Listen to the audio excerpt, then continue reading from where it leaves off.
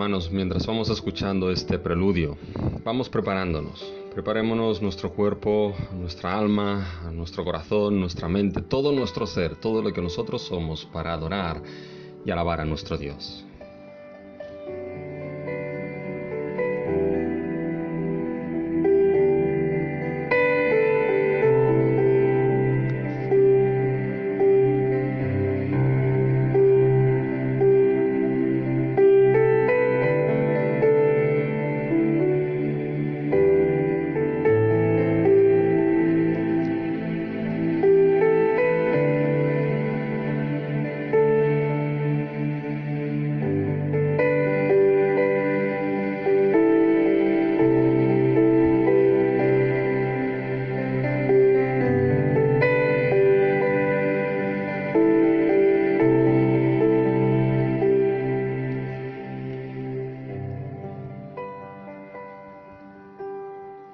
Salmo 65.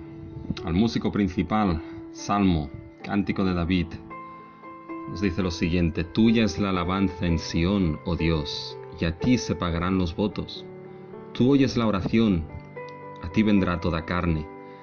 Las iniquidades prevalecen contra mí, mas nuestras rebeliones tú las perdonarás. Bienaventurado el que tú escogieres y atrajeres a ti, para que habite en tus atrios. Seremos saciados del bien de tu casa, de tu santo templo. Con tremendas cosas nos responderás tú en justicia, oh Dios de nuestra salvación, esperanza de todos los términos de la tierra y de los más remotos confines del mar. Tú, el que afirma los montes con su poder, ceñido de valentía, el que sosiega el estruendo de los mares, el estruendo de sus ondas y el alboroto de las naciones. Por tanto, los habitantes de los fines de la tierra temen de tus maravillas. Tú haces alegrar las salidas de la mañana y de la tarde. Visitas la tierra y la riegas. En gran manera la enriqueces con el río de Dios lleno de agua. Preparas el grano de ellos cuando así la dispones. Haces que se empapen sus surcos. Haces descender sus canales. La ablandas con lluvias. Bendices sus renuevos. Tú coronas el año con tus bienes, y tus nubes destilan grosura, destilan sobre los pastizales del desierto, y los collados se ciñen de alegría. Se visten de manadas los llanos, y los valles se cubren de grano. Dan voces de júbilo, y aún cantan.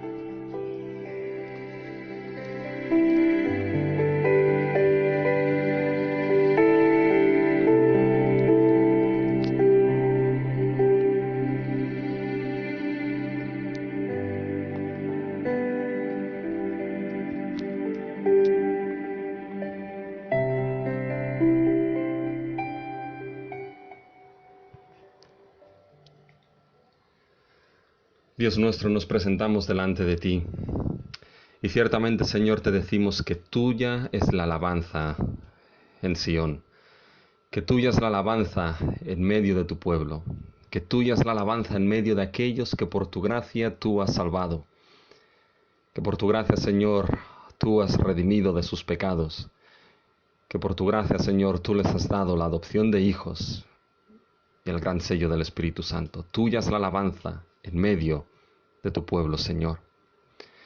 Señor, y gracias te damos, porque verdaderamente tú eres aquel que perdona y perdonarás nuestras rebeliones. Podemos llamarnos, Señor, bienaventurados. Bienaventurados únicamente porque tú nos escogiste. Bienaventurados, Señor, porque nos escogiste para salvación eterna, para que de esta manera pudiésemos ser saciados de los bienes de tu casa eternamente, de los bienes de tu santo templo eternamente. Gracias, Señor, te damos por ello. Gracias, Señor, porque tú eres el Dios creador, aquel que lo que hace, el que hace es alegrar la tierra, el cual, Señor, la riegas con tu río lleno de agua, con el cual, Señor, tú mandas abundancia. Señor, gracias te damos, porque tú eres aquel, Señor, que nos miraste y nos salvaste. Y por ello, Señor, podemos estar ahora en una posición de darte la gloria y la honra que solamente tú te mereces. Por ello, Señor, en el día de hoy te pedimos que este tiempo, Señor, que este culto sea un culto en el cual tú recibas la gloria y la honra, Señor. Que este tiempo, Señor, sea un tiempo donde en tu voluntad, Señor, tú edifiques a tu pueblo, tú perfecciones a tus santos, tú enriquezcas, Señor, a la esposa de Cristo. Señor, la enriquezcas con dones. La enriquezcas, Señor, santificándola por medio de tu verdad, por medio de tu palabra. Señor, la enriquezcas de tal manera que podamos amarnos los unos a los otros como Cristo nos amó, para que sí, Señor, el mundo pueda ver que somos tus discípulos. Señor, que este culto sea un culto, que tu nombre sea exaltado, glorificado, y tú seas aquel, Señor, que reciba la gloria, la honra y la alabanza. Señor, porque reconocemos y sabemos que solamente tuya es la gloria de ti y de nadie más. Por eso oramos todas las cosas, Señor, en el nombre de nuestro Señor Jesucristo. Amén.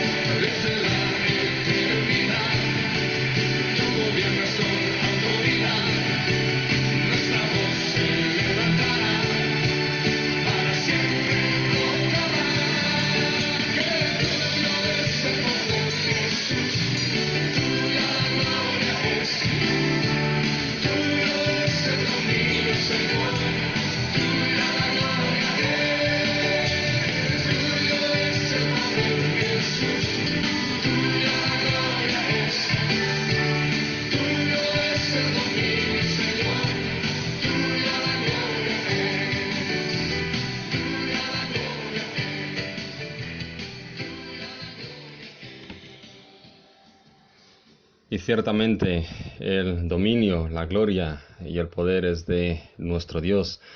Siéntanse, mis hermanos y hermanas, muy bienvenidos al culto de este domingo. Y damos la bienvenida, o nos damos la bienvenida no solamente a nosotros mismos, ya como miembros de Piedra de Ayuda, sino a todos aquellos que en este domingo a distancia nos puedan estar visitando o puedan estar asistiendo a este culto desde otros lugares. Sabemos que este culto también se envía a otros lugares del territorio español y pasado también el charco. Así que a todos aquellos que nos puedan estar escuchando les damos la bienvenida y lo hacemos como lo hacemos en Piedra de Ayuda, que nos decimos Dios nos ama y nosotros hacemos lo posible. Y fíjense mis hermanos que hace unas semanas estábamos hablando mi esposa y yo con una hermana de Chile que estuvo en la iglesia, Valeria, quizá algunos la recuerdan, y ella se acordaba precisamente de este saludo que decimos Dios nos ama y nosotros hacemos lo posible. Así que mis hermanos, es una buena costumbre y las buenas costumbres va bien guardarlas. A nivel de anuncios, simplemente los anuncios los tienen en el boletín. Simplemente decirles, mis hermanos, que el tema de las obras está encaminado. Todavía no hemos empezado a picar paredes. Iba a decir a picar piedra, pero todavía no. A picar paredes. Así que está muy prontito. Simplemente nos quedan cuadrar una serie de números, unas cuantas cosas. Pero cuando esto empiece informaremos ya a la congregación, mandaremos evidentemente una carta para que la congregación sepa lo que vamos a tener que afrontar tanto a nivel de gastos y de situación en esta nueva fase, ya que están de moda las fases, ¿ya? Pero las cosas están encaminadas, mis hermanos, y debemos dar gracias a Dios y seguir orando por ello, porque el tiempo se nos va agotando, pero vamos bien de tiempo en la voluntad del Señor para poder tener las cosas listas cuando se nos pedían. Y a nivel de la reapertura también, mis hermanos, pues oren por ello, porque aunque se nos permita abrir en la fase 2, la verdad es que todos debemos saber y ser conscientes que como iglesia tenemos la situación que otras iglesias no tienen, y es que tenemos las obras por en medio. Así que por temas de seguridad, por temas de higiene, por temas de salud, creemos que posiblemente lo más conveniente, sabio y lógico sería empezar a pensar en la reapertura después de que las obras se hubiesen realizado y entonces pudiésemos establecer ya lo que son correctamente los protocolos de higiene, etcétera, etcétera.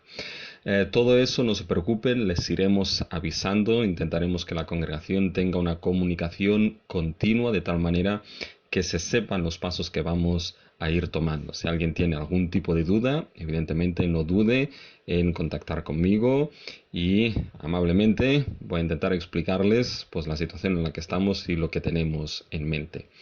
Y simplemente para nuestras señoras y señoritas, el día 29, que es la próxima semana, el viernes de la próxima semana, a las 6:30, tienen su reunión de mujeres con propósito, con un tema bien interesante, la unidad de la iglesia. Un tema que no podemos olvidarnos, y más en el tiempo que estamos viviendo, que todavía no podemos congregarnos. La unidad de la iglesia, mis hermanos, es algo que no podemos perder. Es una unidad que nos ha sido dada por tener un mismo Dios, un mismo Señor, una misma fe, un mismo bautismo, y estamos llamados, mis hermanos, a mantener en el vínculo de la paz ese llamamiento que nos ha sido dado de la unidad. Así que recuerden, las señoras y señoritas, el próximo viernes 29 a las 6:30. Me imagino que ya les irá llegando lo que es información, así que estén atentas, mis hermanas, y anímense a poder asistir e incluso poder invitar a otras hermanas. Creo que a nivel de anuncios eso es todo. Como siempre digo, si algo me dejase, pues ya lo diría al final. Fíjense, hermanos, que tenemos una lectura en el libro de Levítico, en el capítulo 19 y el versículo 11. Es una lectura bien cortita, pero que aparece en Éxodo, aparece en Levítico, aparece en Deuteronomio, y es lo que el Señor les dice a Israel: no hurtaréis, y no engañaréis, ni mentiréis el uno al otro. Fíjense que esto recoge en cierta manera ciertos mandamientos que Dios ya dio en Éxodo 20, y uno de ellos es no hurtaréis. Y la verdad es que este mandamiento Israel tenía que saber que no solamente estaba desde la perspectiva de hombre, es decir, no hurtaréis o robaréis al ser humano, sino que también desde la perspectiva de Dios, es decir, no debían robar a Dios. Algo que veremos que Israel hizo y Malaquías pone precisamente de manifiesto. Y es que a este Dios que da precisamente esos mandamientos es un Dios excelso. Y tenemos el siguiente himno, mis hermanos, que es: Dios es excelso.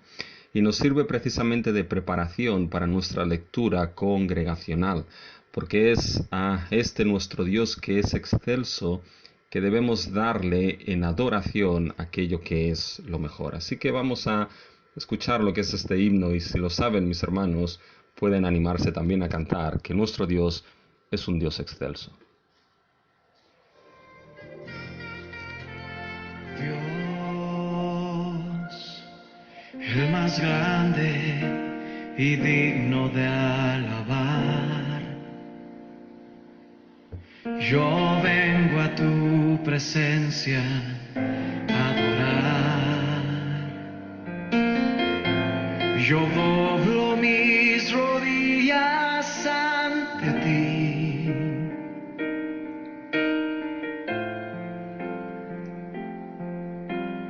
Dios, el más grande y digno de alabar, me ayuda al enemigo derrotar. El gozo de mi vida eres tú. Sí, Señor, levanta tu voz conmigo. Señor, yo quiero levantar mi voz. Quiero agradecerte por tu obra en mi vida. Señor, confío en tu gran amor. Dile al Señor con toda tu voz. Solo tú eres Dios eterno. Solo tú transformas mi ser.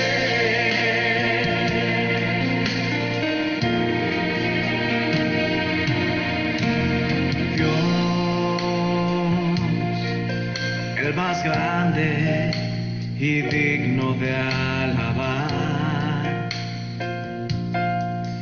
yo vengo a tu presencia a adorar. Yo doblo mis rodillas ante ti.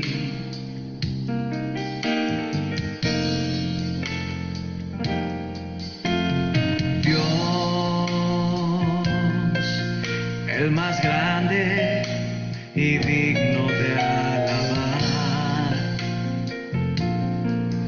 me ayuda al enemigo derrotar.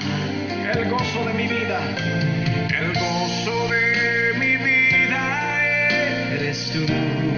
Ahora ponte de pie, ¿dónde estás? Y vamos a levantar nuestra voz al Rey de Reyes diciendo: Señor, yo quiero levantar mi voz. Hey, quiero agradecerte por tu obra en mi vida.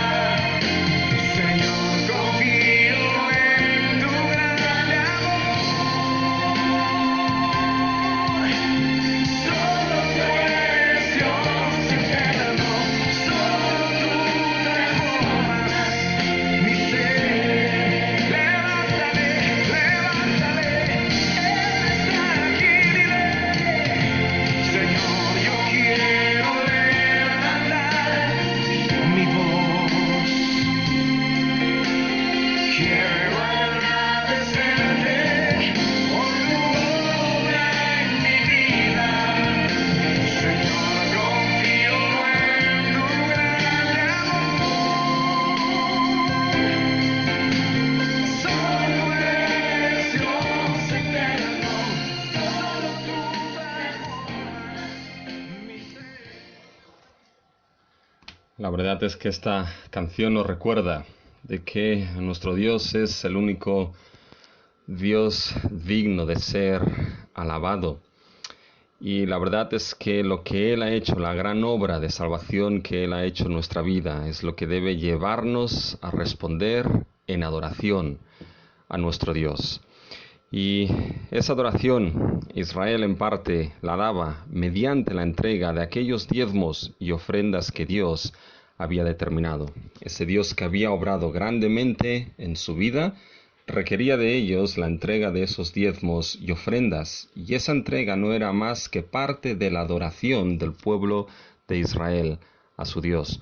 Así que este cántico, mis hermanos, nos prepara precisamente para la lectura congregacional que tenemos ahora en nuestros boletines. Así que si tienen los boletines con ustedes, pueden seguir o podemos hacer de manera conjunta la lectura congregacional que se encuentra en el libro de Deuteronomio y en el libro de Nehemías. Así que tengan sus boletines y vamos a hacer esa lectura todos juntos, empezando en Deuteronomio 14 en el versículo 22. Indefectiblemente diezmarás todo el producto del grano que rindiere tu campo cada año, y comerás delante de Jehová tu Dios en el lugar que él escogiere para poner allí su nombre, el diezmo de tu grano, de tu vino y de tu aceite, y las primicias de tus manadas y de tus ganados, para que aprendas a temer a Jehová tu Dios todos los días. Y si el camino fuere tan largo que no puedas llevarlo, por estar lejos de ti el lugar que Jehová tu Dios hubiera escogido para poner en él su nombre, cuando Jehová tu Dios te bendijere, entonces lo venderás y guardarás el dinero en tu mano, y vendrás al lugar que Jehová tu Dios escogiere. Y eso es precisamente lo que vemos en Nehemías capítulo 13 y el versículo 12. Y todo Judá trajo el diezmo del grano, del vino y del aceite a los almacenes. Fíjense que el diezmo era algo que era requerido precisamente por la ley del antiguo pacto al pueblo de Israel. Y como he dicho, eso era parte de la adoración que el pueblo redimido rendía a ese Dios que les había salvado, a ese Dios excelso y digno de adoración. Israel debía dar lo mejor a su Dios. No podía dar lo cojo, lo enfermo, lo manco, lo ciego. Debía dar las primicias y debía dar precisamente lo mejor a Dios.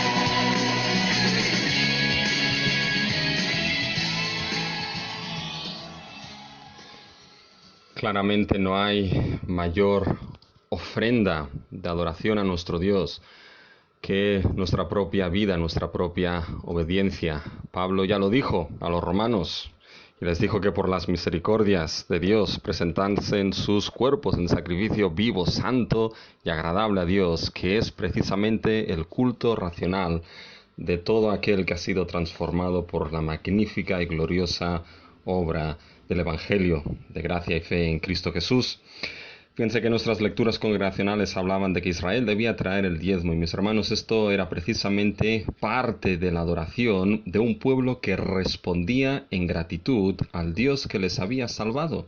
Y cuando llegamos al Nuevo Testamento, el apóstol Pablo escribió a una iglesia que era rica especialmente en dones, y les habló precisamente en relación a lo que era la ofrenda. Se habían dormido un poquito en relación a sus hermanos de Macedonia en cuanto a levantar una ofrenda para la ayuda de los santos de Jerusalén.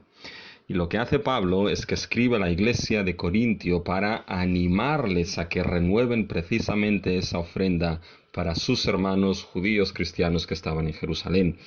Y en el capítulo 9 de 2 de Corintios, los versículos del 9 al 11, podemos leer precisamente esa ofrenda que redunda al final en acción de gracias a Dios. Fíjense en el capítulo 9 de 2 de Corintios, empezando en el versículo 6. Pero esto digo, el que siembra escasamente, también segará escasamente, y el que siembra generosamente, generosamente también segará. Cada uno dé conforme propuso en su corazón, no con tristeza, ni por necesidad, porque Dios ama al dador alegre. Y poderoso es Dios para hacer que abunde en vosotros toda gracia, a fin de que, teniendo siempre en todas las cosas todo lo suficiente, abundéis para toda buena obra. Como está escrito, repartió, dio a los pobres, su justicia permanece para siempre. Y el que da semilla al que siembra y pan al que come, proveerá y multiplicará vuestra sementera y aumentará los frutos de vuestra justicia, para que seáis enriquecidos en todo para toda liberalidad, la cual produce por medio de nosotros acción de gracias a Dios.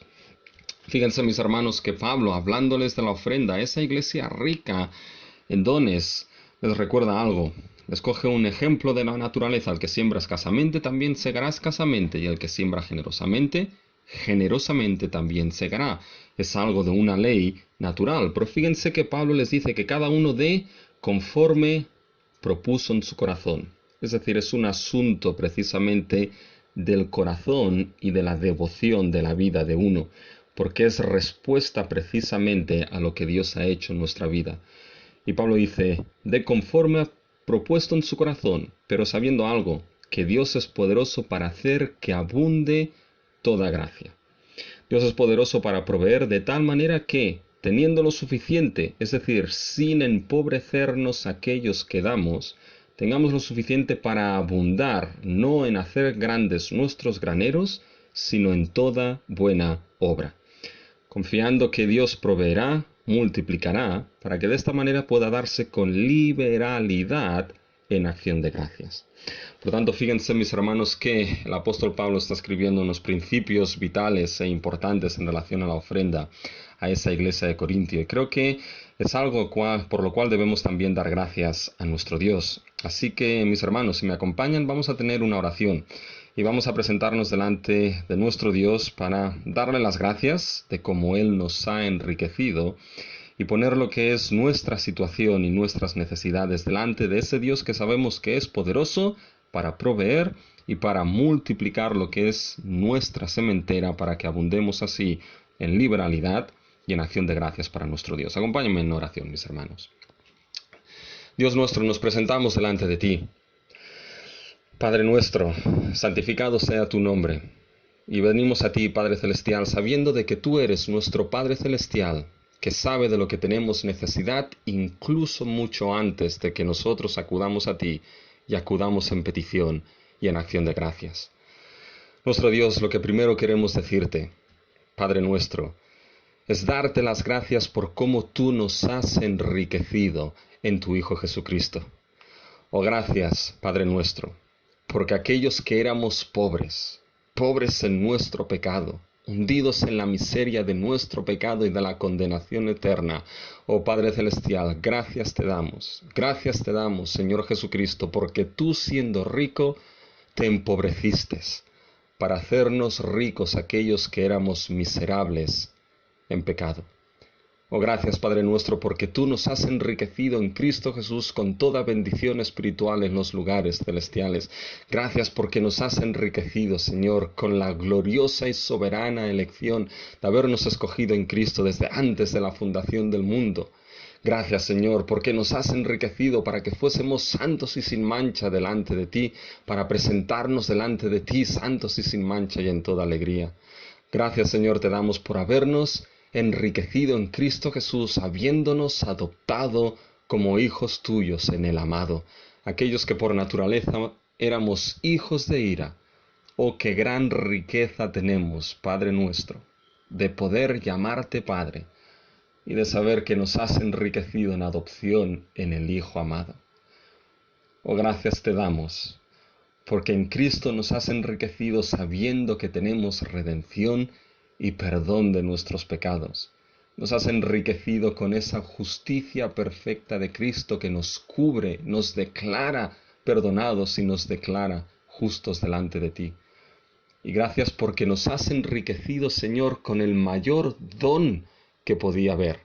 Nos has enriquecido con tu misma presencia en nosotros, el don del Espíritu Santo, que determina que formamos parte del pueblo de Dios, que determina que somos de Cristo, que somos tus hijos, aquel que es la herencia de esas bendiciones futuras, de esa herencia futura, aquel que es, Padre Celestial, lo que es la garantía precisamente de que algún día seremos saciados en abundancia en la casa de nuestro Dios eternamente. Gracias, Señor, por estas riquezas que son incomparables e insuperables, Señor, por las riquezas perecederas de este mundo. Señor, quizá en este mundo no tenemos ni oro ni plata. Quizá en este mundo, Señor, no tenemos nada en la cuenta de nuestro banco, pero qué grandes riquezas tenemos en el banco celestial. Y eso es gracias a ti por habernos enriquecido en Cristo Jesús. Por eso te alabamos, te damos la gloria y te damos la honra. Gracias, Señor, también porque tú has enriquecido a tu iglesia. A tu iglesia universal, Señor, la has enriquecido con dones, pero de manera específica, Señor, oramos y te damos las gracias porque tú has enriquecido, Señor, con dones a la iglesia de Piedra de Ayuda. Gracias, Señor, porque tú has traído hermanos y hermanas nuevos. Gracias, Señor, por aquellos que ya llevan años entre nosotros, Señor. Gracias por los que estuvieron y ahora ya no están. Gracias, Señor, por los que tú vas a traer. Gracias porque enriqueces, Señor, a esta pequeña congregación. Pero nos has enriquecido, Señor, con dones de la gracia de Cristo Jesús. Y gracias porque esos dones, Señor, es la manera en cómo Cristo enriquece a su esposa. Señor, por lo cual queremos pedirte, Señor, que no seamos negligentes en el uso de nuestros dones. Señor, de que no seamos ciegos a poder entender qué dones hay en otros hermanos, Señor, y tú los has traído para enriquecer la iglesia, y podamos usarlos, Señor, para el bien común y para tu gloria. Señor, pero también te damos las gracias por cómo tú nos enriqueces, Señor, a nivel material y con posesiones. Señor, muchas veces nos has dado seguro más de lo que necesitábamos como iglesia. Y podemos decir, Señor, que hasta aquí tú nos has ayudado, hasta aquí, Señor, tú has provisto. Hemos visto, Señor, cómo tú eres poderoso para hacer que abunde en nosotros toda gracia. Y te damos, Señor, las gracias por ello. Y en base a ello, Señor, confiamos. Confiamos, Señor, que en lo que nos viene por delante, Señor, tú sigues siendo el mismo Dios que hasta aquí nos has ayudado y has provisto. Y tenemos la certeza, Señor, de que proveerás y multiplicarás nuestra sementera, Señor, para que de esta manera aumenten, Señor, los frutos de justicia en nosotros.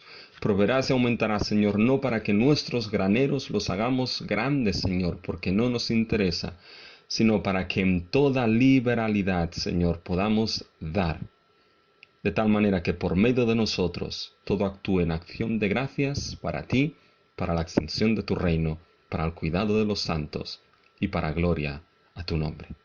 Gracias te damos por ello.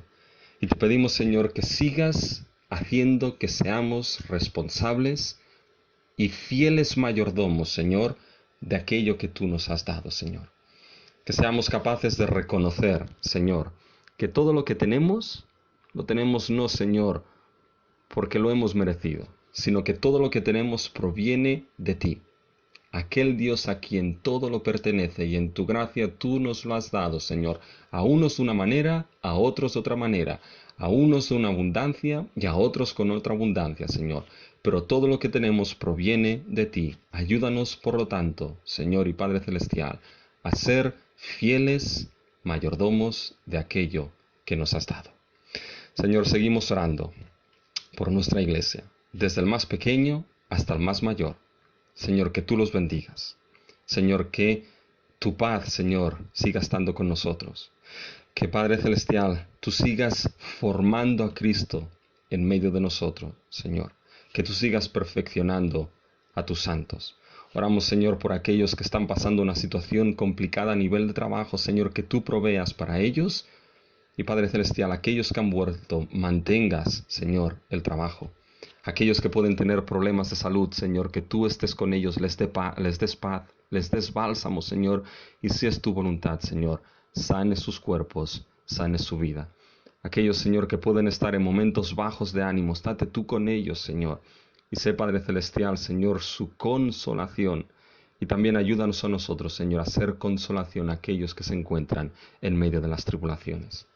En resumen, Señor, ayúdanos a ser precisamente la iglesia que tú quieres que seamos, Señor, fundamentada en tu palabra, fundamentada en lo principal, Señor.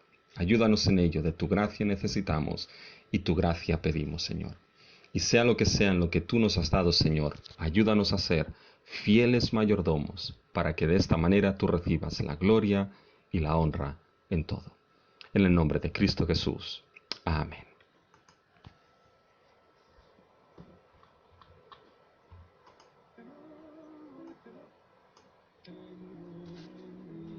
Tus pies, Señor, quiero fielmente depositar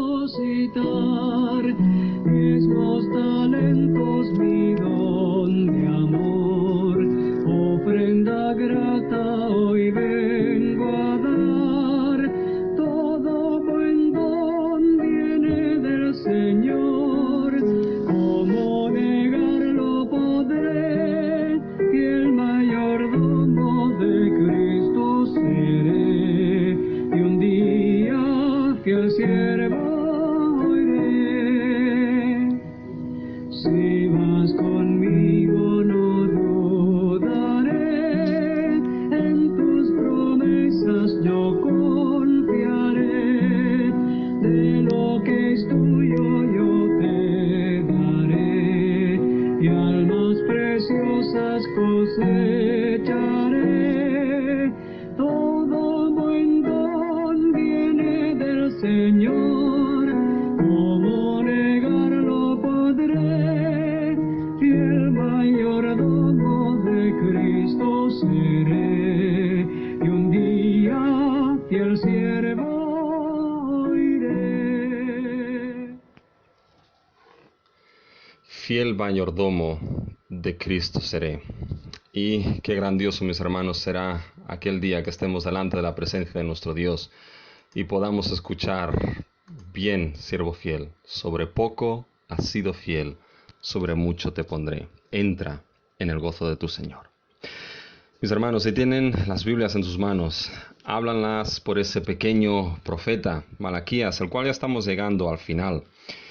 Y vamos a leer Malaquías capítulo 3, empezando en el versículo 6 y leyendo hasta el versículo 12.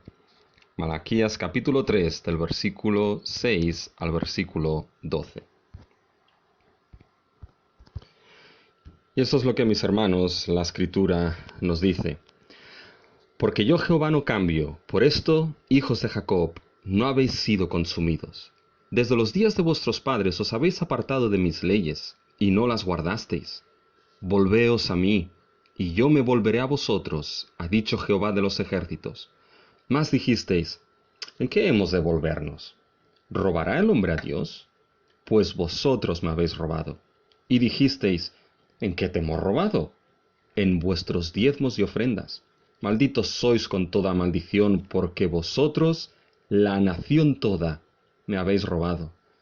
Traed todos los diezmos al alfolí, y hay alimento en mi casa, y probadme ahora en esto, dice Jehová de los ejércitos. Si no, os abriré las ventanas de los cielos y derramaré sobre vosotros bendición hasta que sobreabunde. Reprenderé también por vosotros al devorador, y no os destruirá el fruto de la tierra, ni vuestra vid en el campo será estéril, dice Jehová de los ejércitos. Y todas las naciones os dirán, bienaventurados, porque seréis tierra deseable, dice Jehová de los ejércitos. Esta es la palabra de nuestro Dios, mis hermanos. Vamos a tener una palabra de oración. Nuestro Dios y nuestro Padre Celestial, venimos delante de ti, y ahora queremos pedirte que tú seas, Señor, aquel que sazone con bendición de lo alto la predicación de tu palabra. Te pedimos, Señor, que ahora tu palabra llegue no con sabiduría humana, sino con poder y demostración del Espíritu. Oh Señor, habla a tu pueblo, háblanos, Señor, y por medio de tu palabra santifícanos, perfecciónanos, y sigue formando, Señor, a Cristo en nosotros. Es el anhelo que hay, que Cristo sea formado en tu iglesia, en tus hijos y en tus hijas. Señor, lo dejamos en tus manos, y oramos todo en el nombre de Cristo Jesús. Amén. Fíjense, mis hermanos, en el año 2003 se produjo uno de los robos que han sido considerados el robo mejor planificado y más perfecto de los últimos tiempos. Una banda de ladrones italianos asaltó el centro de diamantes de Amberes y después de haber superado 10 niveles de seguridad, se hicieron con un botín de 100 millones de euros. Ahora bien, como este robo, muchos otros han entrado en la categoría del top 10 de los robos famosos. Por ejemplo, el asalto al tren de Glasgow, donde se robaron un botín de 40 millones de euros.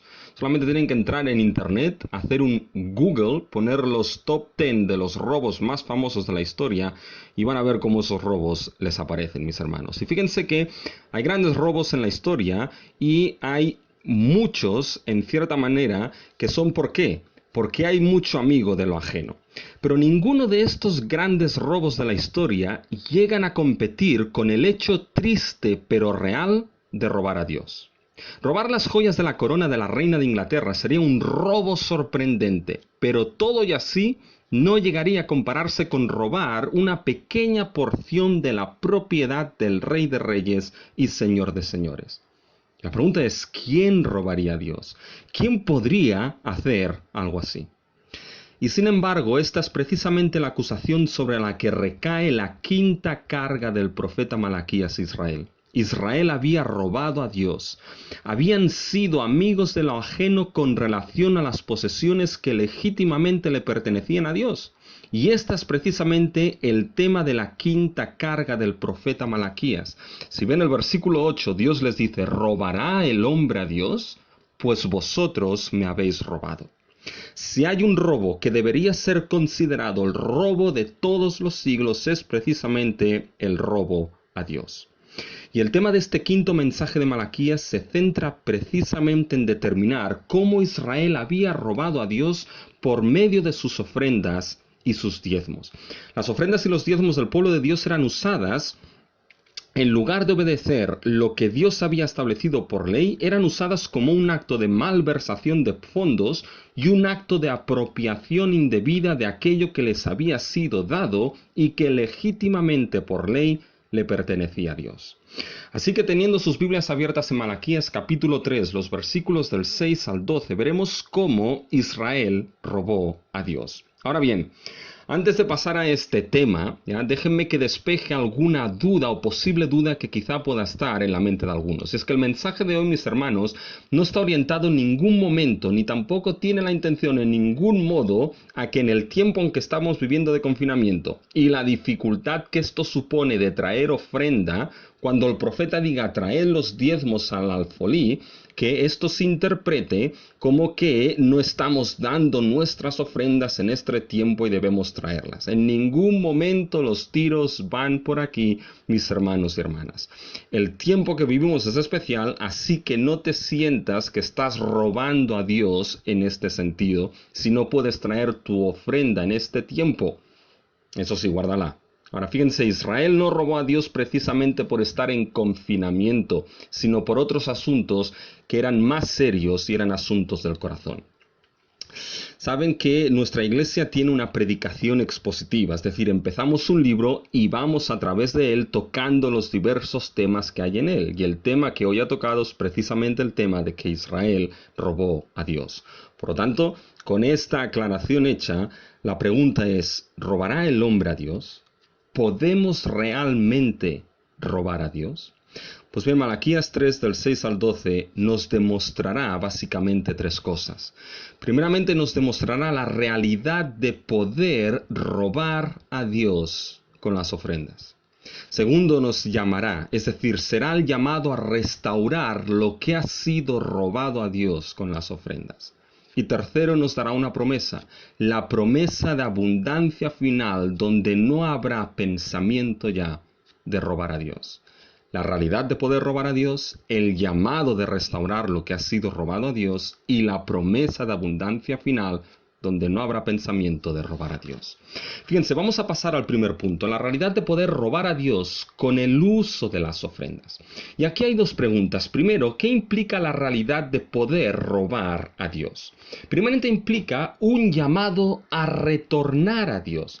Fíjense cómo el tema de todos estos versículos que se han leído es el tema de esta quinta carga que el profeta trae a Israel. Es precisamente la realidad de que Israel ha robado a Dios. Ese es el tema claramente expuesto. Fíjense el versículo 8. ¿Robará el hombre a Dios? Pues vosotros me habéis robado. Miren ahora nuevamente el versículo 9 al final del versículo. La nación toda me habéis robado. Por tanto, la nación entera, Judá, en su conjunto había robado a Dios. Ahora bien, antes que Dios pase a mostrarles la realidad de que le han robado y cómo lo han hecho, debemos ver que Dios no empieza primeramente diciéndoles que le ha robado, sino más bien diciéndoles que se vuelvan a Él, que retornen a Él. Fíjense el versículo 7. Desde los días de vuestros padres os habéis apartado de mis leyes y no las guardasteis. Volveos a mí y yo me volveré a vosotros, ha dicho Jehová de los ejércitos. Paremos aquí.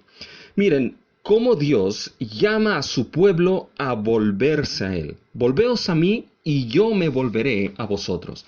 Así que hay un llamado a retornar a Dios. Ahora bien, este versículo 7, antes de que Dios les diga que le han robado, ese versículo 7 tiene funciones importantes para que podamos entender lo que supuso el hecho que Israel robase a Dios.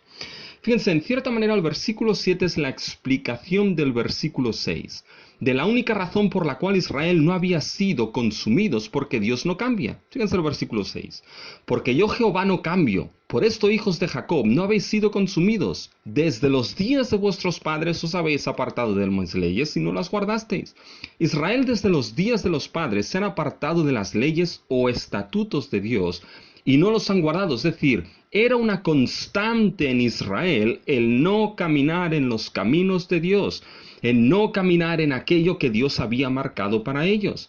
Desde siempre era una constante en Israel el no guardar los estatutos, en no guardar su pacto. Por lo tanto, tenían todos los números para ser consumidos, pero si no había sido, era simplemente porque Dios no cambia, porque Dios los había escogido, llamado, y ese amor seguía, porque Dios seguía siendo fiel a cumplir sus promesas, y eso no había cambiado porque Dios no cambia. Por esto es que Dios le dice a Israel en el versículo 7, antes de mostrarle que le han robado, que tiene otras funciones. Fíjense este versículo 7, otras funciones importantes. Dios describe que ha sido una constante en la historia de su pueblo el apartarse de mis leyes y mis estatutos. No los guardasteis, es decir, no obedecieron a los estatutos de Dios. Y veremos que la manera en cómo no obedecieron los estatutos de Dios será mediante robarle con sus ofrendas y sus diezmos. Pero esta definición de no esta definición de os habéis apartado de mis leyes y no las guardasteis, muestra el contexto dentro del cual debe entenderse el robar a Dios. Fíjense, Israel de manera continua se ha apartado de mis leyes. No son las leyes humanas aquí, sino que son los estatutos decretados no por hombre, sino los estatutos decretados por Dios, cuyo origen es Dios y le pertenecen a Dios. Cuando fíjense, tal y como veremos más tarde, los diezmos y las ofrendas eran parte estipulada de la ley que Dios había dado a su pueblo, Israel, bajo el antiguo pacto. El robar a Dios será ni más ni menos que un acto de desobediencia, un acto de transgresión de la ley. Pero hay una cosa que no podemos olvidar y que les he explicado de manera insaciable, y es que la ley con sus ordenanzas y estatutos debe entenderse dentro de la relación de pacto que Dios estableció con su pueblo. La obediencia a la ley era la manera como Israel expresaba su amor y fidelidad a Dios como pueblo del pacto. No podemos olvidar que era una relación basada en el amor fiel a Dios. El amor fiel de Dios hacia su pueblo amado, redimido y creado, pero también el amor fiel del pueblo hacia su Dios. Una relación basada en amar a Dios de todo corazón, de toda la alma y con todas las fuerzas. Una relación que demandaba la total devoción y la total consagración del pueblo a su Dios. E Israel desde los días de los padres había andado entre dos aguas en esa devoción y consagración, en ese amor y fidelidad, y ahora en esa falta de devoción, consagración y amor. Una falta de devoción, consagración y amor que se mostraba en el hecho de haber robado a Dios con sus diezmos y con sus ofrendas. Por tanto, mis hermanos, el robar a Dios no será simplemente aquí un acto de desobediencia, sino que dentro del contexto de esa ley y dentro del contexto de ese pacto, será mucho más que un acto de desobediencia.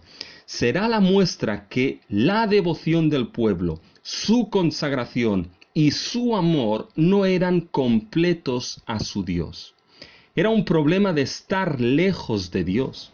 La esencia de robar a Dios no se encontraba en que no se encontraba en que tuviesen más o menos, se encontraba en algo más profundo, que se habían apartado de la ley de Dios, que se habían apartado de su Dios.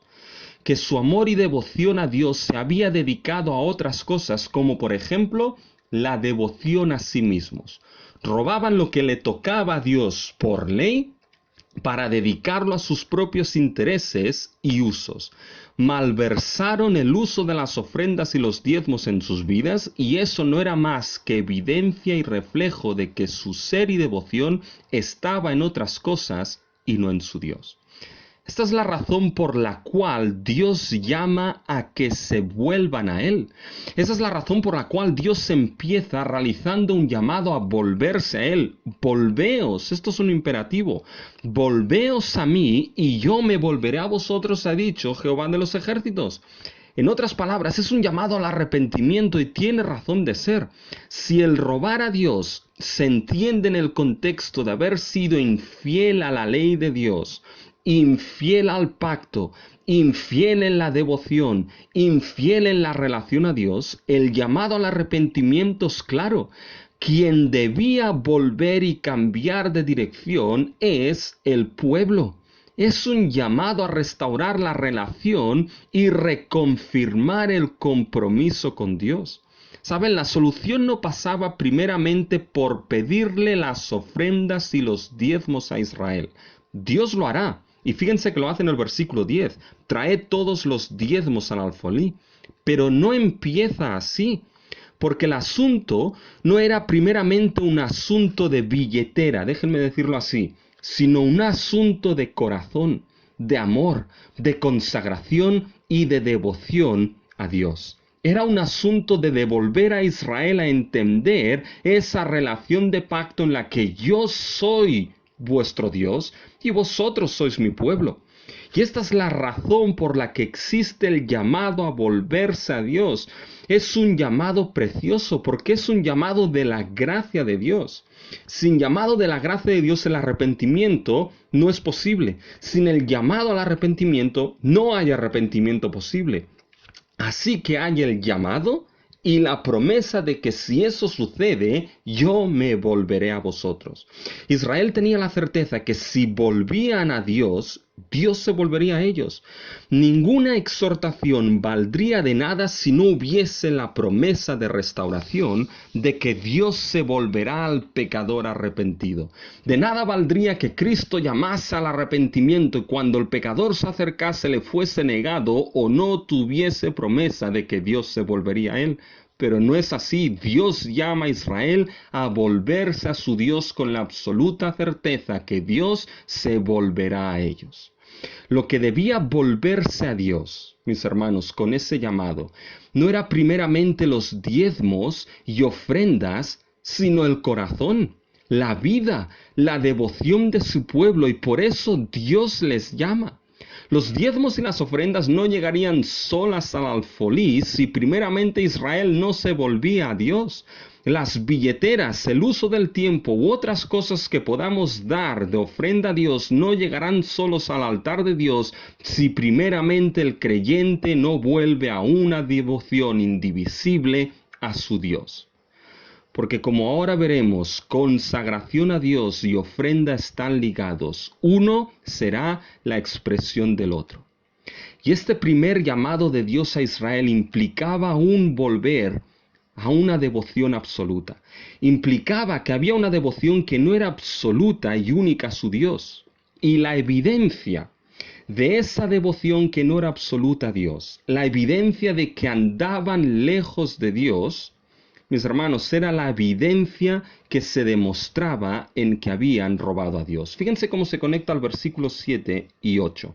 Fíjense al final del versículo 7 cuando Dios les dice de que se vuelvan a Él. Israel responde, ¿en qué hemos de volvernos? Es decir, Israel discute con Dios que no tiene necesidad de volverse a Él.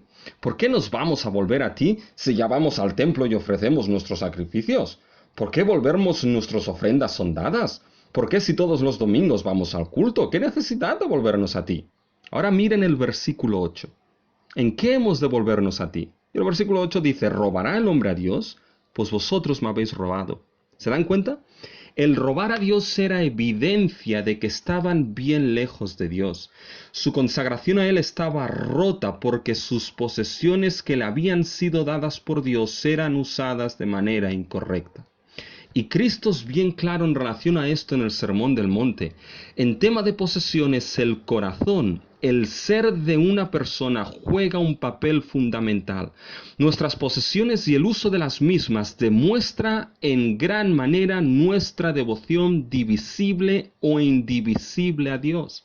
Porque ninguno puede servir a dos señores, porque o aborrecerá al uno y amará al otro, o estimará al uno y menospreciará al otro. No podéis servir a Dios y a las riquezas.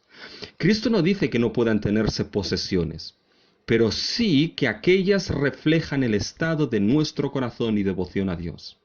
Fíjense que el uso de nuestras posesiones será un gran espejo del estado de nuestra devoción, en particular y de manera concreta el ejercicio de nuestras ofrendas, porque ella será el reflejo muchas veces del estado de nuestro corazón y devoción a nuestro Dios. Por ello el tema no es lo que se da, sino cómo se da, porque es un asunto de corazón. Es como uno ha propuesto en su corazón, como Pablo les dirá a los corintios, en 2 Corintios 9, versículo 7. Ese era el problema con Israel. Su corazón estaba partido entre lo que le daban a Dios y lo que se quedaban ellos. Saben, recuerdo una iglesia en Canadá que estaba teniendo serios problemas. Había muchos asuntos ahí dentro metidos. Pero recuerdo al pastor subirse al púlpito y con mano alzada e índice apuntando al cielo dijo, la semana que viene me traen todos el dinero. Y la verdad es que fue impactante.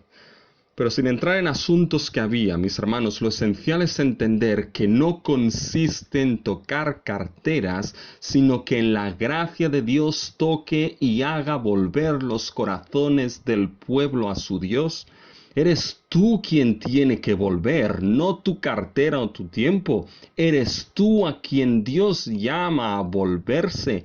Es al pueblo a quien Dios le dice, volveos a mí y yo me volveré a vosotros. Por tanto, fíjense que esa posibilidad de robar a Dios empieza primeramente con un llamado a retornar a Él, porque era un asunto de corazón, de fidelidad y de devoción a Dios. Pero la segunda pregunta aquí es, ¿cómo puede robarse a Dios?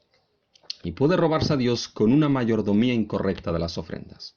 Puede robarse a Dios, irónicamente, con aquello que se le da a Dios, es decir, con las ofrendas.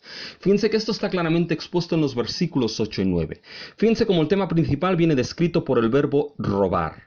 Miren, 4 veces aparece en 2 versículos, entre el 8 y el 9. ¿Robará el hombre a Dios? Pues vosotros me habéis robado y dijisteis, ¿en qué te hemos robado? Y ahora versículo 9, la nación toda me habéis robado. ¿Se dan cuenta? El tema de robar es fundamental aquí. Y miren, nosotros hemos hablado de los diezmos y ofrendas para situarlo en el contexto, pero en el fluir del argumento no se entra en esto hasta aquí. Si fuesen el pueblo de Israel en aquel tiempo, lo que escucharían cuando se leyese Malaquías, escucharían que no han guardado las leyes de Dios y ahora Dios les llama a volverse a Él, pero ustedes no saben por qué. La necesidad de volverse si todo parece que va de perlas. Pues bien, ahora los versículos 8 y 9 serán la explicación de cómo Israel se ha apartado de Dios, de sus leyes, de su pacto, de su fidelidad y necesitan volverse a Él. Así que el robar, como hemos dicho, será la expresión visible de cómo Israel se apartó de Dios. Los versículos 8 y 9 serán la explicación de cómo os habéis apartado de esas leyes y de Dios. Fíjense, cómo alguien en el desierto seco que no se ve agua puede saber dónde hay agua. Bueno, una de las maneras es por las plantas, porque si hay una planta o un arbusto, por muy pequeño que sea, puede tener la certeza que ahí habrá agua, porque las plantas requieren de un mínimo de agua para crecer. La realidad invisible del agua que no se ve, se va a ver expresada por la realidad visible de haber una pequeña planta. Pues bien, la realidad invisible de que Israel se había apartado de Dios, se muestra por la realidad visible de haberle robado. Y fíjense, Dios empieza con una pregunta. ¿Robará el hombre a Dios? Y esto ha sido interpretado de varias maneras. Fíjense, una de ellas es como aparece en nuestra traducción, es decir, si el ser humano será capaz de robar a Dios. Y la respuesta aquí debería ser no. Es decir, a nadie se le pasaría por la cabeza ni se atrevería a hacer algo así a Dios. Por lo que se incrementa entonces lo terrible de lo que hizo Israel. Nadie haría algo así, incluso vosotros. Pero Israel robó a Dios. Vosotros me habéis robado. Fíjense entonces que esto incrementa lo terrible de lo que Israel hizo. A nadie se le pasaría por la cabeza, pero Israel sí lo hizo. Pero hay algunos que han interpretado la expresión robará el hombre a Dios de otra manera. Se ha interpretado como que se está hablando no de Dios, sino de dioses. Es decir, la razón de ello es porque el término hombre que aparece es el término Adam, que puede usarse genéricamente para raza humana. Y el término Dios es el término Elohim, que se usa tanto para Dios, pero también en el Antiguo Testamento se usa para referirse a otros dioses o ídolos paganos de las naciones. Por tanto, esta interpretación lleva la siguiente idea. La idea aquí sería, ¿robará al ser humano a sus dioses, sean quienes sean esos dioses? En realidad la respuesta es la misma. La idea es que las naciones paganas, siendo sus dioses ídolos falsos y muertos, nunca les robarían, nunca les quitarían lo suyo. Y vosotros, Israel, que tenéis al Dios verdadero, a Él sí le habéis robado. ¿Se dan cuenta? Esto incrementa nuevamente lo terrible que Israel hizo al robar a su Dios. Sea como sea que se interprete, fíjense que se lleva al mismo punto. Israel hizo algo que nunca a nadie se le cruzaría por la cabeza hacer. A nadie se le cruzaría por la cabeza robar a Dios. A nadie menos a su propio pueblo. Y qué triste es cuando el pueblo de Dios es capaz de hacer cosas que a nadie se le cruzarían por la cabeza. Y fíjense que esta es la manera en cómo Israel se había apartado de Dios. Le habían robado. ¿Cómo? Fíjense ahora qué pregunta. ¿En qué te hemos robado?, pregunta Israel.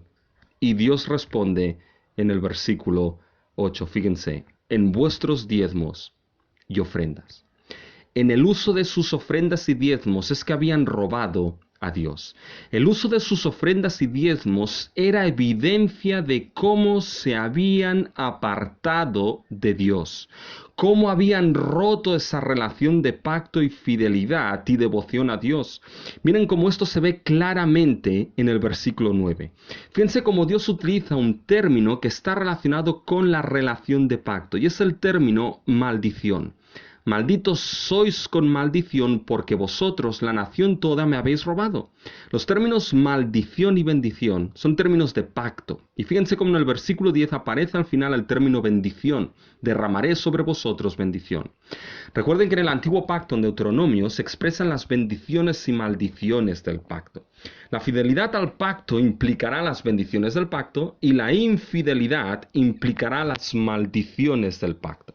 Por tanto, aquí el lenguaje implica que el mal uso de los diezmos y ofrendas era la expresión de esa infidelidad. Ahora bien, ¿cómo habían robado a Dios con sus diezmos y ofrendas? Y fíjense, primero es importante que nos situemos bien en el momento de la historia de la salvación. Estamos en el antiguo pacto y debemos saber que los diezmos y ofrendas estaban ligados y muy bien estipulados en la ley que Dios entregó a Israel. Y los diezmos en concreto eran requeridos para varias razones. Se daban varias cosas en el diezmo. Se daban la simiente de Israel, se daban los frutos de la tierra, como podía ser el grano, el aceite, el vino, y también se daban los diezmos del ganado. Por ejemplo, esto lo podemos leer en Levítico 27:30. Y fíjense que los propósitos también del diezmo eran varios. El pueblo daba el diezmo para el sustento de los levitas.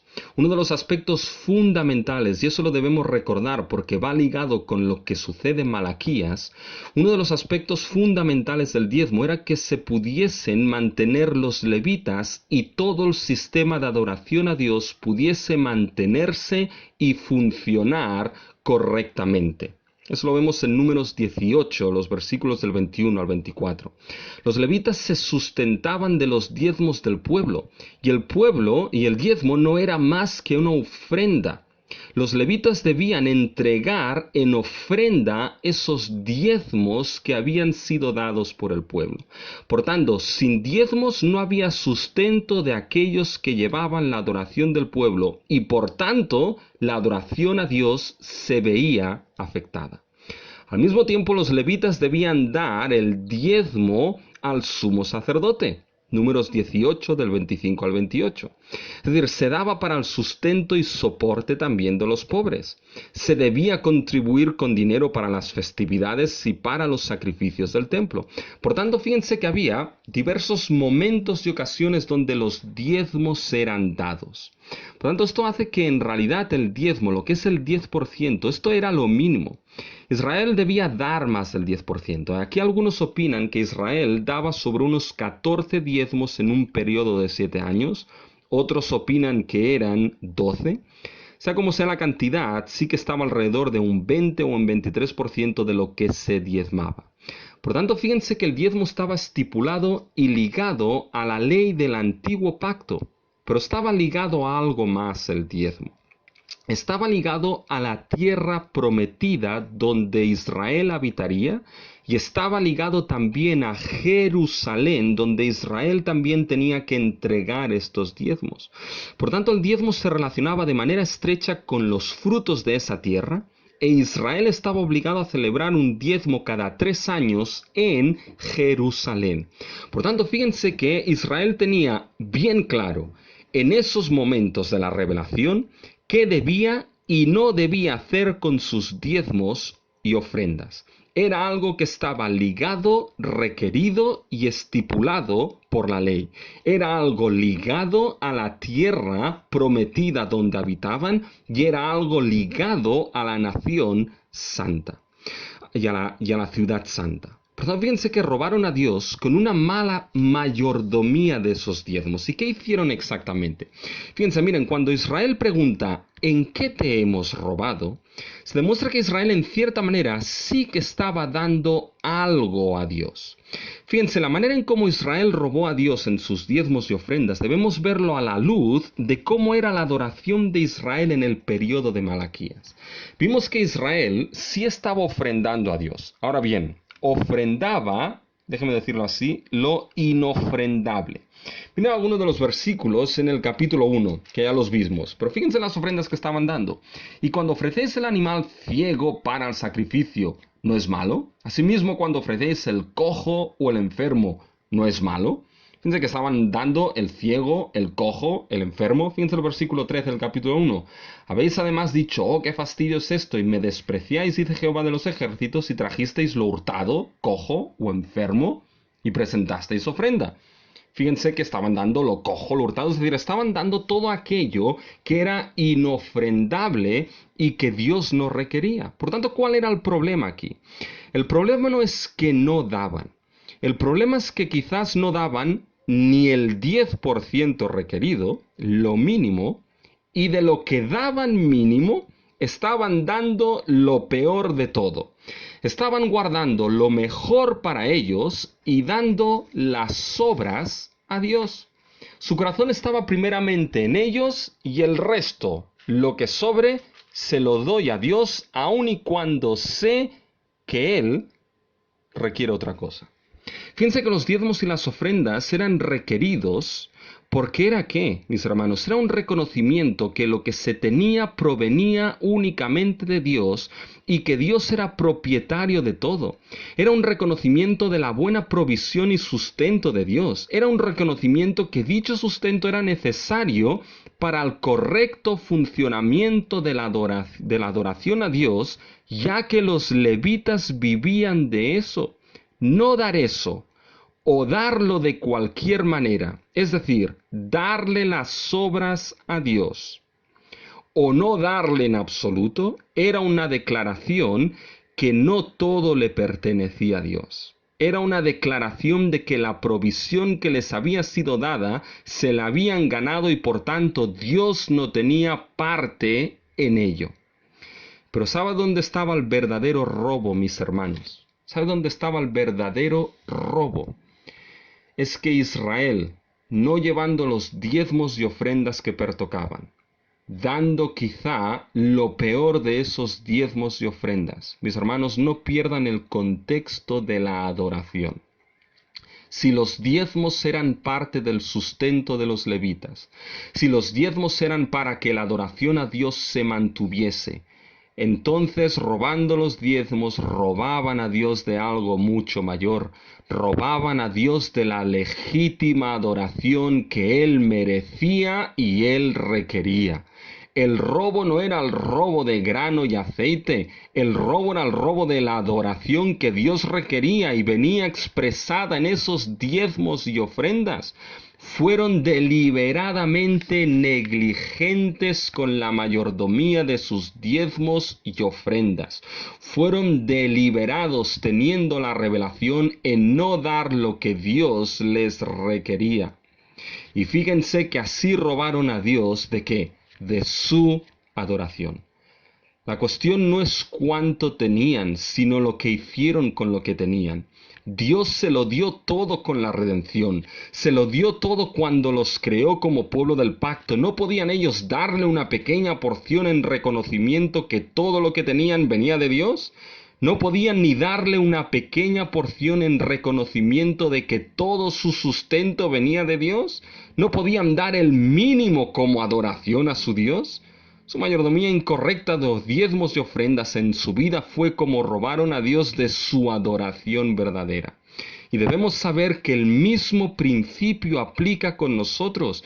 Dios nos lo ha dado todo en la redención en Cristo Jesús. Aquel que no escatimonia a su propio Hijo, sino que lo entregó por todos nosotros, también en Él nos ha dado todas las cosas. En Cristo hemos sido enriquecidos con la vida eterna, con la justicia de Cristo, con la adopción, con la esperanza viva. En Cristo hemos sido enriquecidos, en Cristo hemos sido sustentados, en Cristo se nos provee, y mis hermanos y hermanas, lo crean o no, el uso y mayordomía de nuestro dinero, de nuestras posesiones, en el ministerio de la esposa de Cristo, su iglesia, será igualmente una declaración clara de quién consideramos que viene en nuestra posesión y sustento. Será una declaración de cuánto o cuán poco nos importa el funcionamiento de la adoración a nuestro Dios. El uso y mayordomía de tu dinero, de tus posesiones en el ministerio de la esposa de Cristo, su iglesia, será una declaración clara de quién consideras que viene tu provisión y sustento. Y dependiendo de lo que respondas, determinará qué es lo que le toca a Dios o lo que te toca a ti.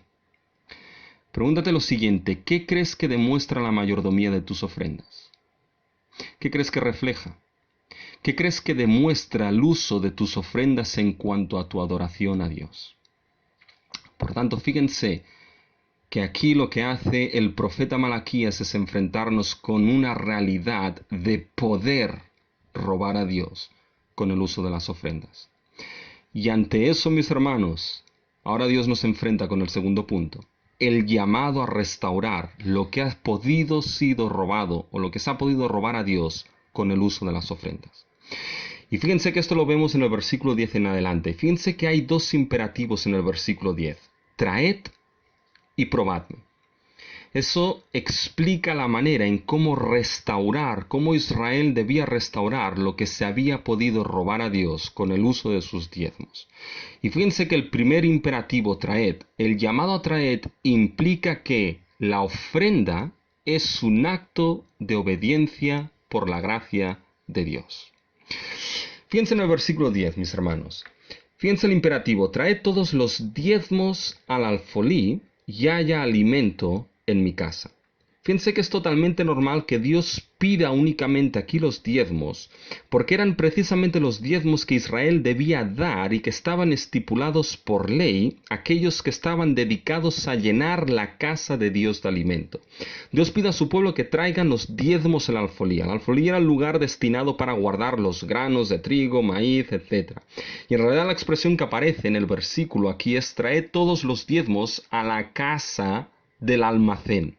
Es importante saber que en el templo se almacenaban los alimentos que se aportaban de los diezmos. El almacén del templo estaba constituido por una serie de cámaras donde se contenía el grano, el aceite y otros alimentos varios para el sustento de los sacerdotes que servían en el templo.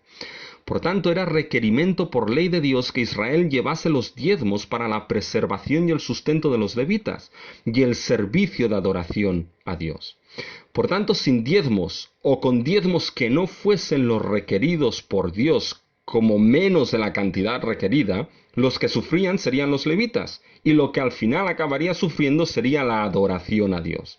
Y fíjense que esto es lo que hemos estado viendo a lo largo de Malaquías. La vida de adoración del pueblo de Dios estaba por los suelos. Y ahora una cosa más se añade: los diezmos no eran llevados a la casa de Dios y por tanto se robaba a Dios de su legítima y demandada adoración.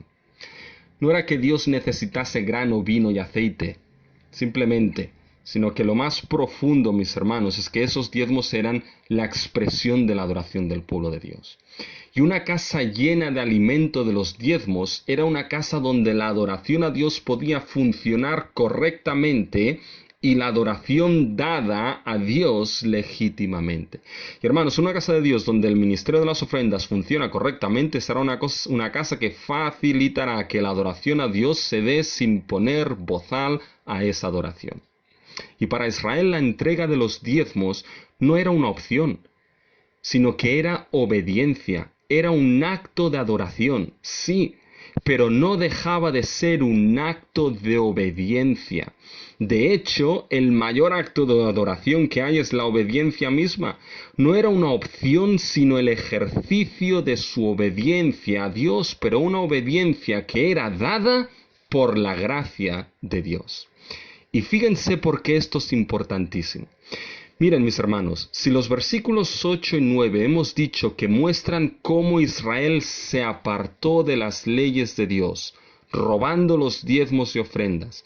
Si los versículos 8 y 9 hemos visto, mis hermanos, que mostraban cómo Israel se apartó de esa fidelidad, de esa consagración, mediante el robo de los diezmos y las ofrendas, ahora el versículo 10, con el traedme, muestra cómo Israel debía volver a Dios para que Dios se volviese a ellos. Fíjense que Dios, lo hemos visto, les ha dicho en el versículo 7, volveos a mí y yo me volveré a vosotros. ¿En qué hemos de volvernos?, preguntó Israel. Y ahora Dios responde en el versículo 10, traed todos los diezmos al alfolí. Y aquí hay un juego de palabras. Volver a Dios sería igual a volver los diezmos. La evidencia que se habían apartado de Dios era que le habían robado en los diezmos. Pues bien, la evidencia que volverían a Dios era devolver los diezmos. Por tanto, ¿qué sería el devolver los diezmos en realidad? Sería evidencia que se cumplía lo dicho en el versículo 7. Sería evidencia de que Israel, su vida, su corazón, se volvía a Dios.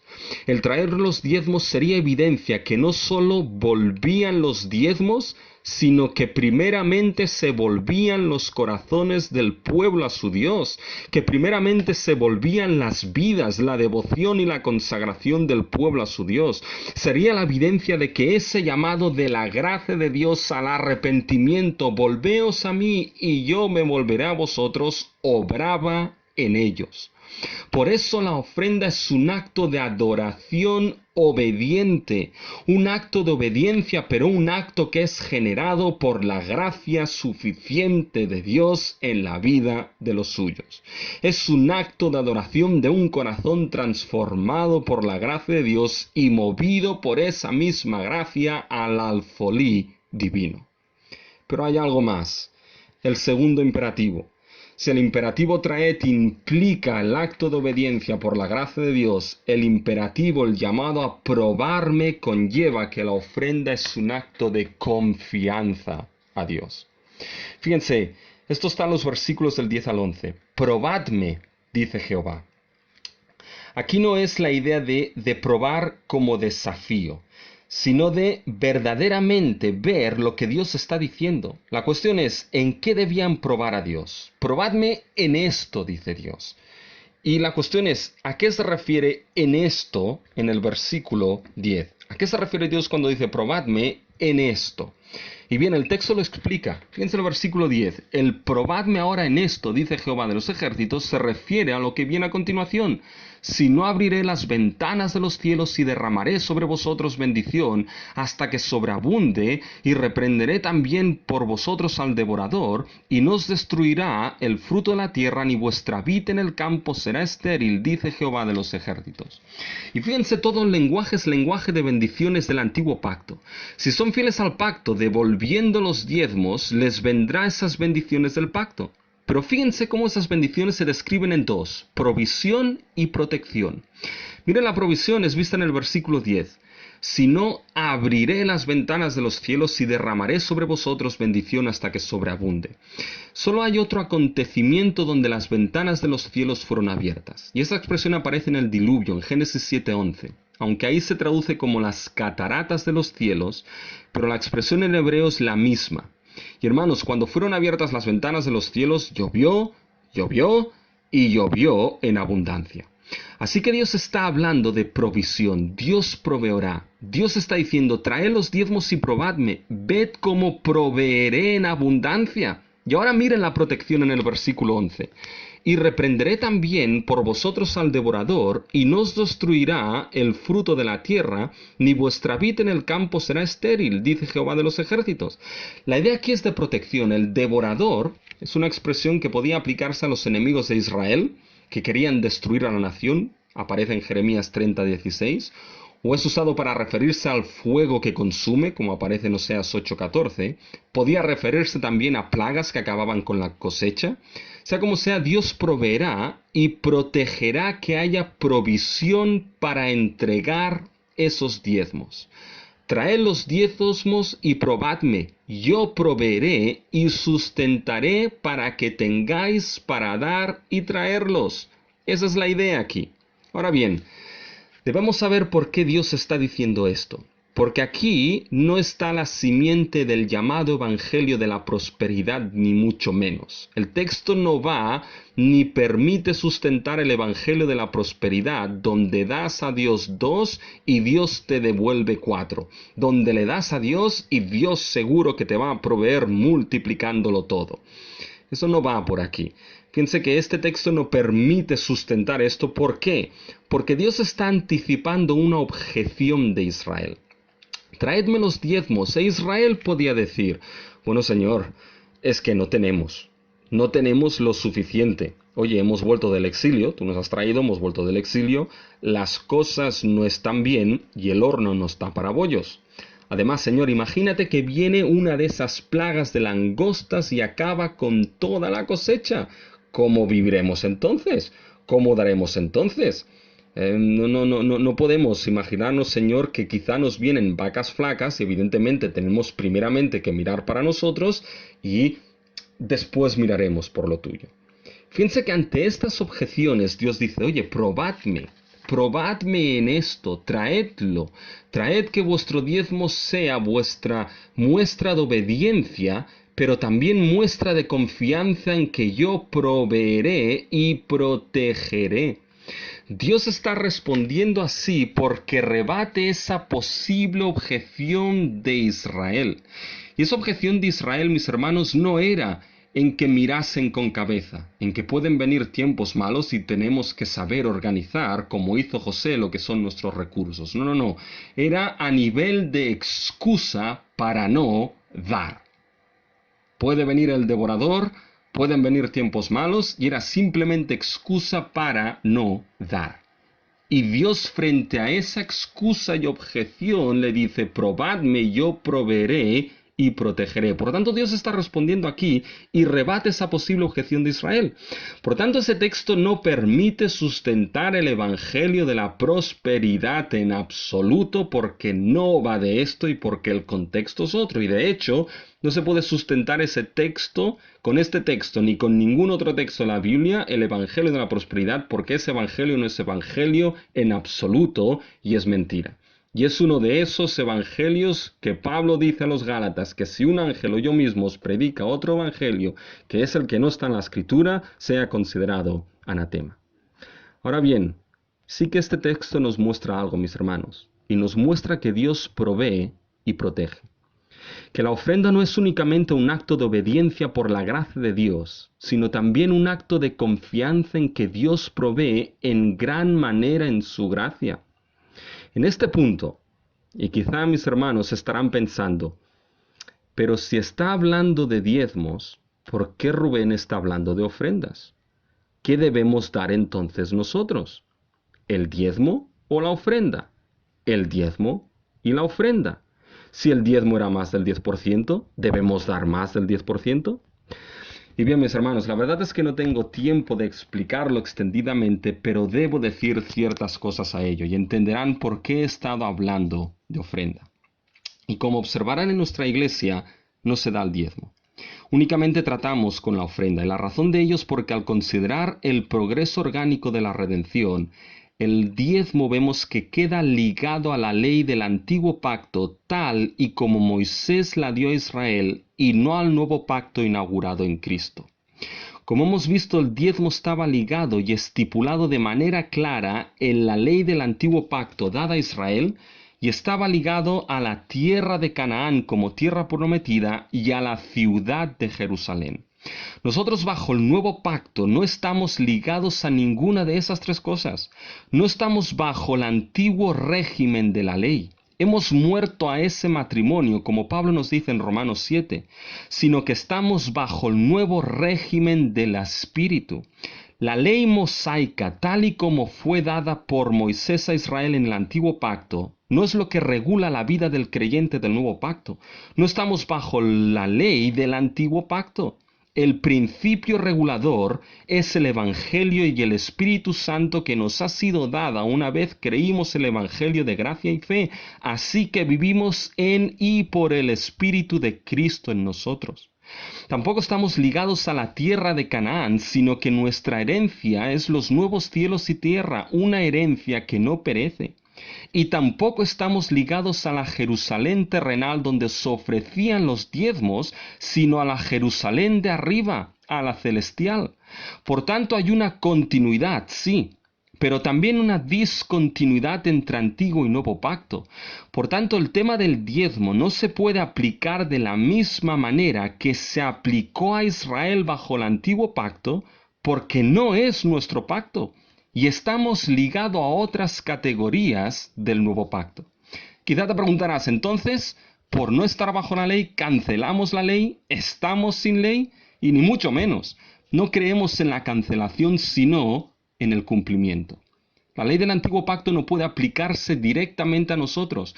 Primero pasa por Cristo, quien cumplió toda esa ley, es cumplida en Él, y como es cumplida en Cristo, entonces pasa a nosotros su iglesia. Y lo que el diezmo era, y su intención, específicamente su intención, se cumple en Cristo Jesús en la entrega de la ofrenda en el nuevo pacto. Fíjense que hay un autor que lo ha expresado de manera preciosa. Y ha expresado como que el diezmo eran las ruedecitas que se le ponen a los niños en las bicicletas para que se aguanten y aprendan a ir en bicicleta. Ahora bien, cuando ya saben entonces cómo ir en bicicleta, las ruedecitas ya no son necesarias. Corren por sí solos y corren mucho mejor, mucho más lejos y mucho más rápido sin las ruedecitas con las que aprendieron y no con las ruedecitas.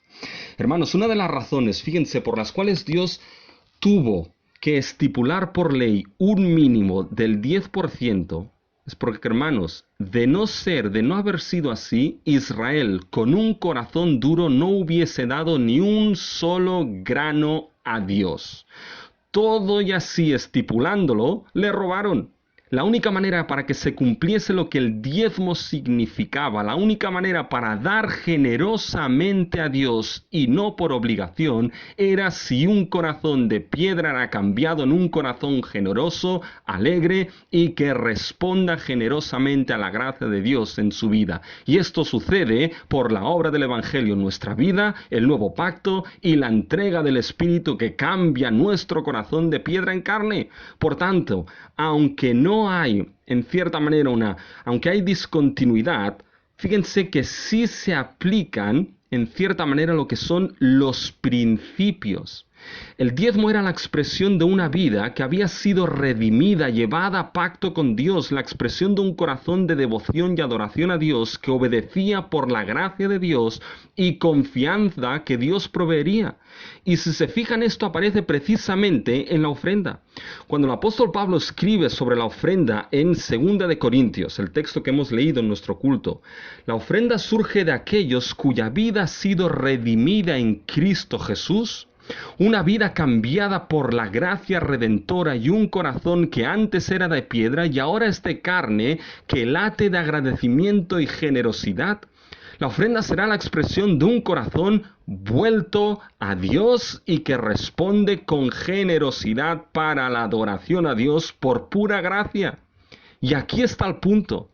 Si la redención de Egipto determinó para Israel el diezmo del 10%, ¿cuánto más no determinará la redención obrada por Cristo en nuestra vida? ¿10%?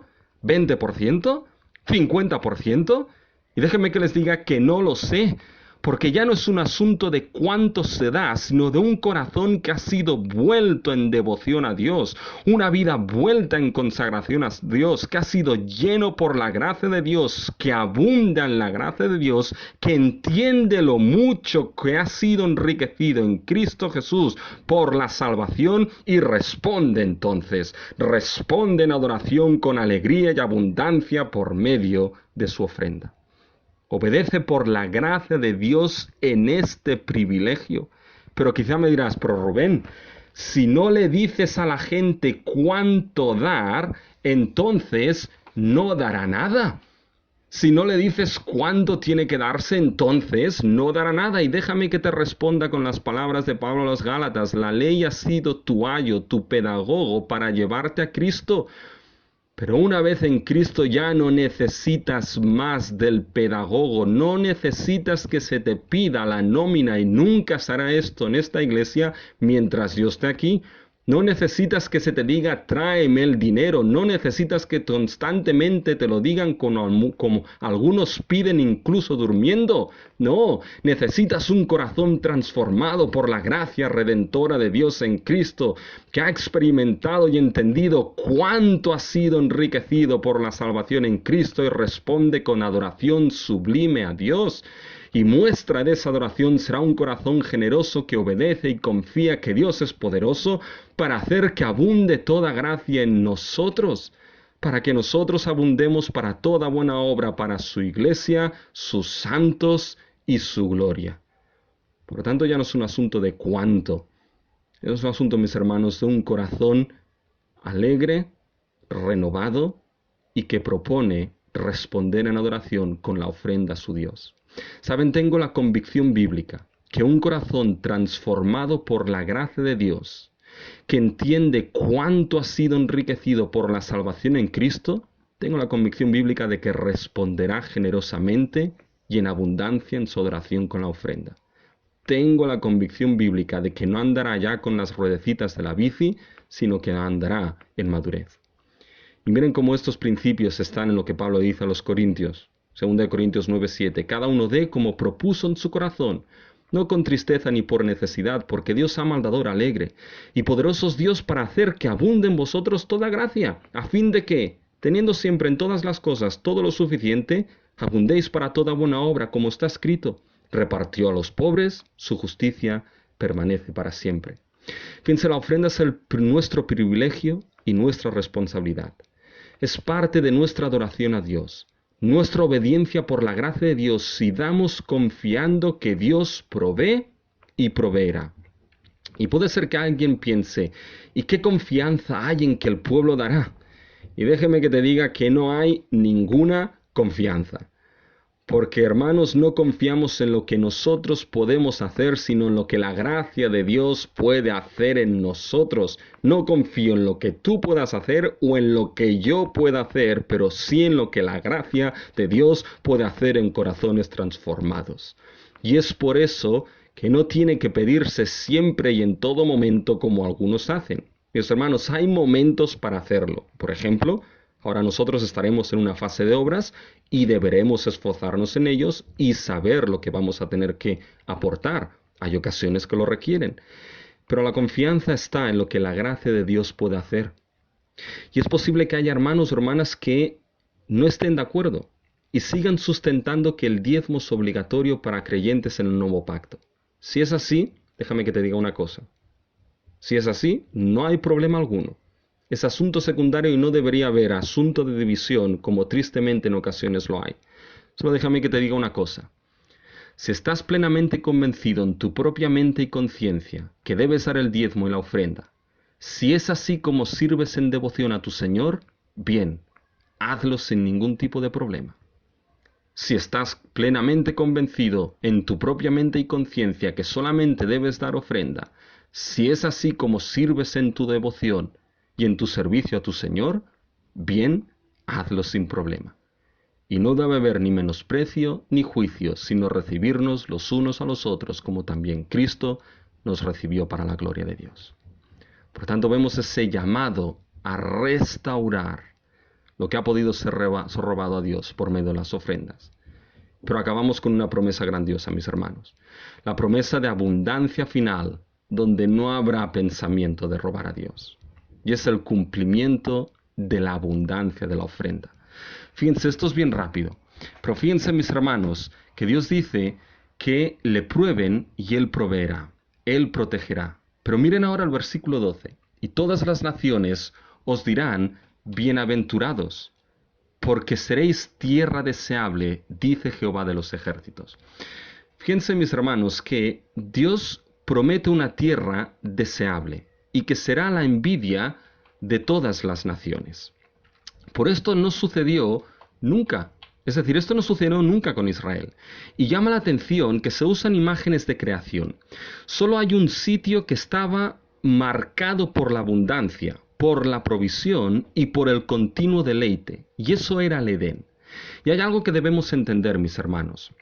Que la tierra prometida era como un pequeño Edén. Era la imagen de la abundancia del Edén. Dios llevando a Israel a la tierra prometida era como si les permitiese gozar nuevamente del Edén que perdimos. Y aquí Dios les dice que si dan sus diezmos al final gozarán de los deleites de ese Edén, pero esto nunca sucedió con Israel. ¿Cuándo sucede esto? Y hermanos, esta abundancia del Edén perdido, esta abundancia y deleite de la tierra prometida que nunca llegó a ser, será una realidad para el pueblo redimido de Dios, la Iglesia, en los nuevos cielos y tierra y el nuevo Edén, donde gozaremos de la abundancia última y eterna delante de nuestro Salvador. ¿Y cómo esto enlaza con traer los diezmos y las ofrendas? Miren, hermanos, Israel debía traer los diezmos y Dios promete una tierra deseable. Así que abundar en esos diezmos implicaba de alguna manera abundancia en la tierra. Ahora, la ofrenda tiene un gran componente teológico que a veces lo perdemos. Pablo utilizó la ofrenda que levantó entre las iglesias gentiles con teología de mostrar que la iglesia es un solo pueblo unido por fe en Cristo. Por tanto, ¿cómo se enlaza el traer la ofrenda con la idea de los nuevos cielos y tierra? Y hermanos, el dar la ofrenda y contribuir a la abundancia de la esposa de Cristo, a la extensión de nuestro Dios, del reino de nuestro Dios, y llenar la casa de nuestro Dios con la ofrenda para la abundancia de adoración de nuestro Dios, es un anticipo de la abundancia que como esposa de Cristo gozaremos en los nuevos cielos y tierra, en una adoración eterna a nuestro Dios y a nuestro Salvador. Siendo así, mis hermanos, a esa abundancia eterna que nos apunta lo que es esa ofrenda, a esa abundancia de los nuevos cielos y nueva tierra, donde seremos bienaventurados con los deleites del nuevo jardín del Edén. Mis hermanos, déjenme acabar entonces con la conclusión del apóstol Pablo. Cada uno dé como propuso en su corazón, no con tristeza ni por necesidad, porque Dios ama al dador alegre. Y poderoso es Dios para hacer que abunde en vosotros toda gracia, a fin de que teniendo siempre en todas las cosas todo lo suficiente, abundéis para toda buena obra, como está escrito, repartió, dio a los pobres, su justicia permanece para siempre. Amén.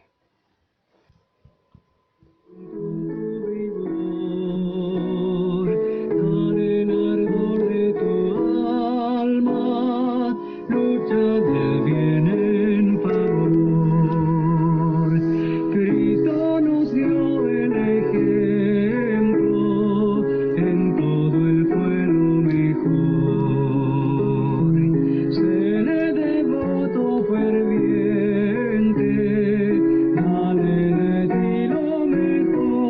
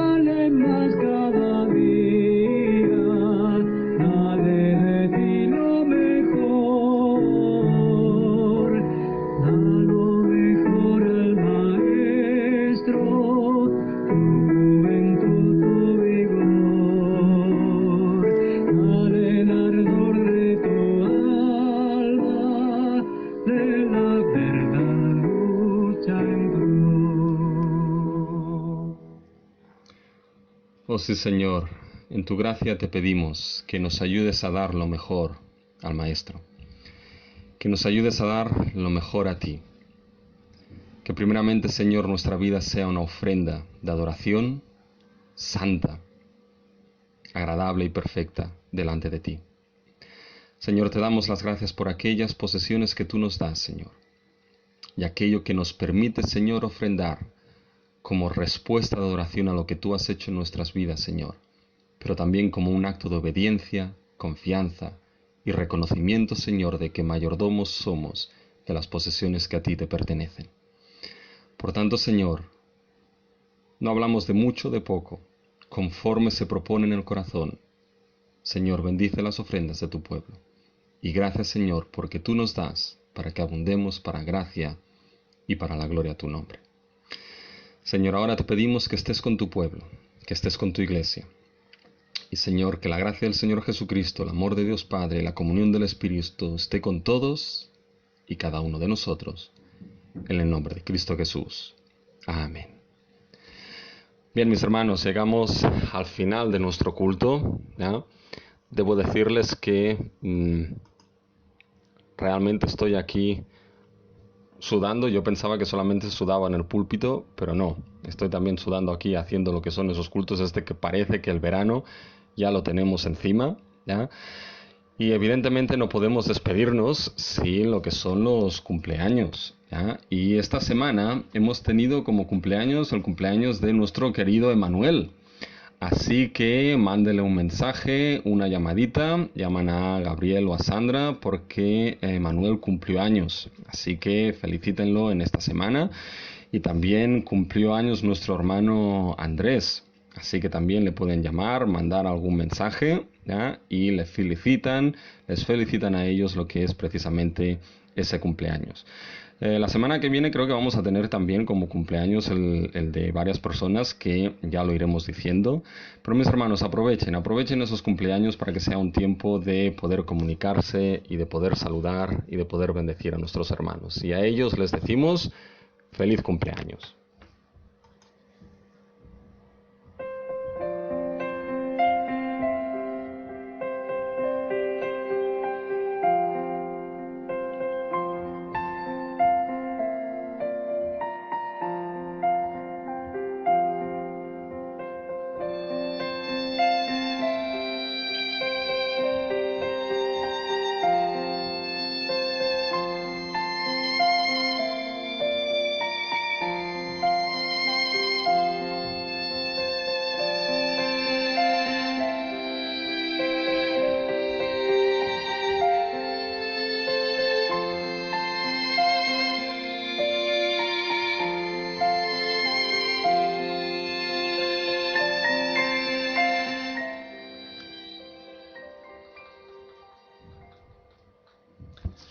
Mis hermanos, que la gracia de nuestro Señor Jesucristo esté con todos ustedes en esta semana. Muchas bendiciones.